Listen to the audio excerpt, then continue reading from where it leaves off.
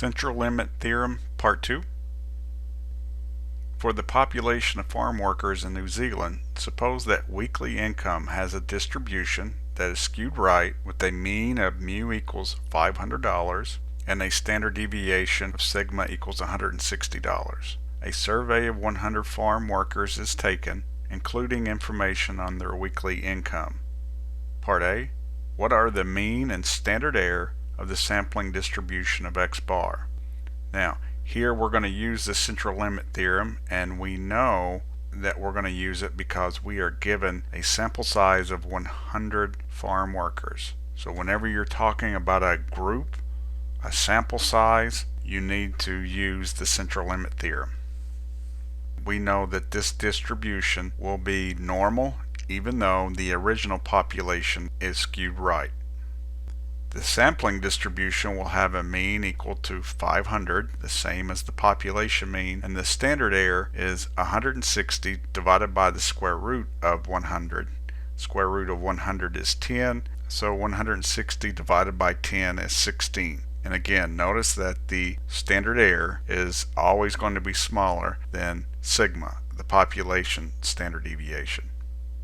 B. What is the probability that the mean weekly income of these 100 workers is less than 490? So we want to first draw a picture. We know that the mean is 500 and our X in this case is 490. We want less than 490, so that's area to the left. Using our z-score, we take 490 minus our mean and divide it by the standard error. So that would be negative 10 divided by 16, which gives us a z-score rounded off to 2 decimal places, a negative 0.63.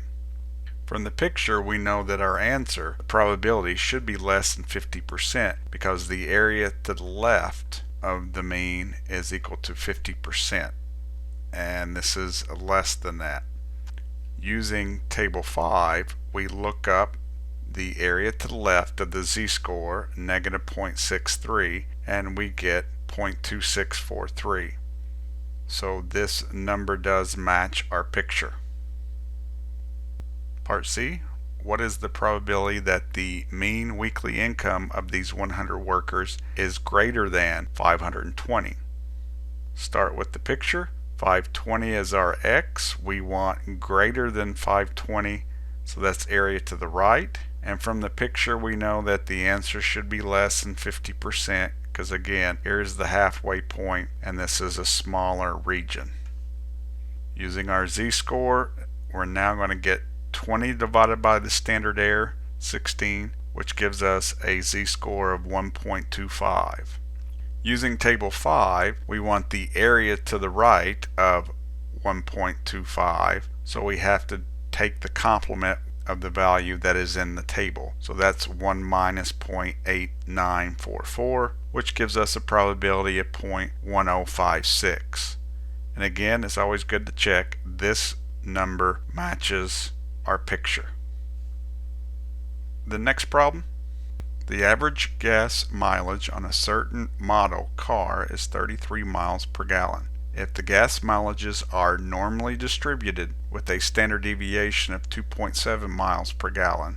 A. Find the probability that if one car is selected at random, it has a gas mileage between 30 and 35 miles per gallon.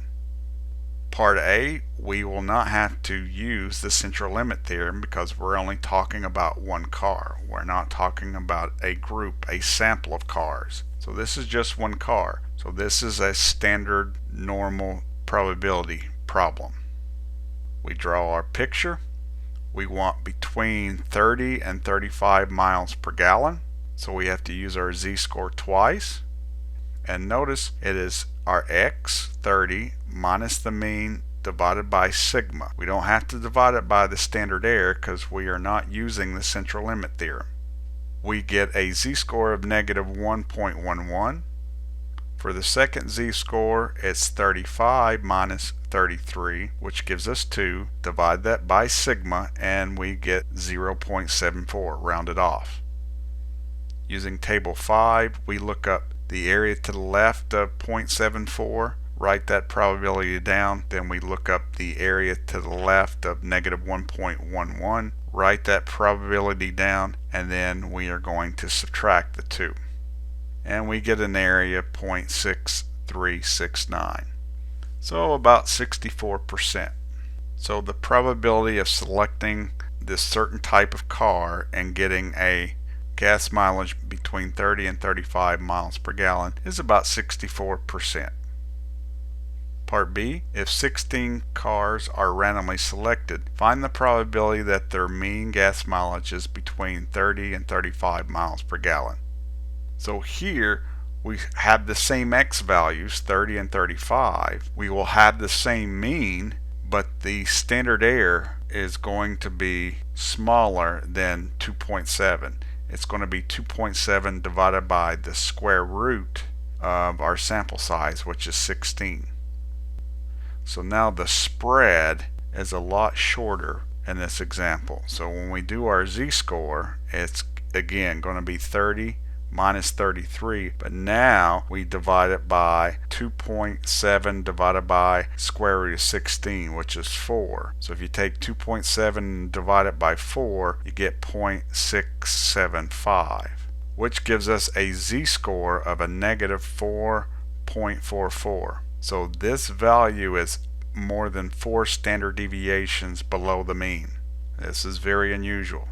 The second z-score, we take 35, our x, minus the mean and divide it by the standard error, and we get 2.96. That's almost 3 standard deviations above the mean, which is unusual.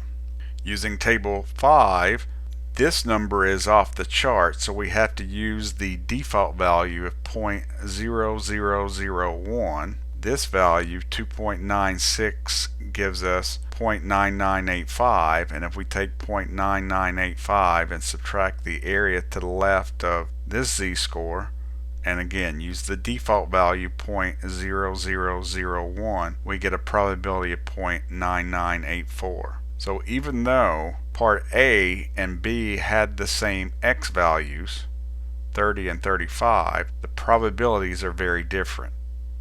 Thanks for watching.